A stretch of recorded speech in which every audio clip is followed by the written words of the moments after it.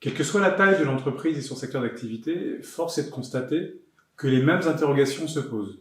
Et souvent, les mêmes erreurs sont commises lorsqu'il s'agit de se lancer à l'international. Il est bien évident que l'incidence est moindre lorsque l'on tombe dans un écueil pour une grosse entreprise que lorsqu'on est une PME ou une TPE. Quoi qu'il en soit, se lancer dans cette aventure passionnante nous impose de sortir de notre zone de confort. Mon propos aujourd'hui est de présenter successivement les prérequis indispensables à la réussite de ce projet. Tout d'abord, se préparer à l'export. On dit souvent qu'improviser, c'est planifier son échec.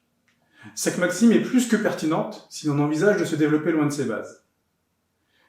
Afin de minimiser les risques d'échec, il convient, dans un premier temps, de se préparer au mieux. Cette préparation passe par une épreuve de vérité, qui doit autant que faire se peut, être réalisée par une personne externe à la société.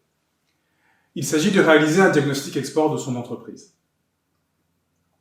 Cet exercice consiste à analyser ses forces et ses faiblesses sur différents items, tels que le management, les ressources financières, l'outil de production, les produits et services proposés, les outils de communication, la logistique en place, et enfin, les canaux de distribution utilisés.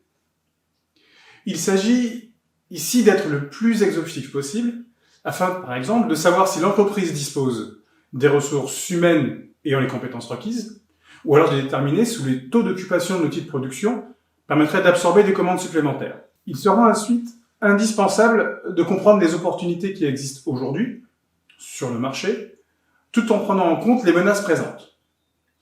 En résumé, que veulent les consommateurs?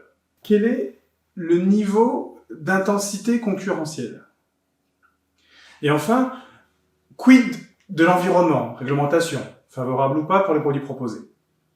Ces analyses internes et externes permettront de bâtir dans un deuxième temps une stratégie basée sur les points forts de l'entreprise, tout en gardant à l'esprit les points de vigilance identifiés.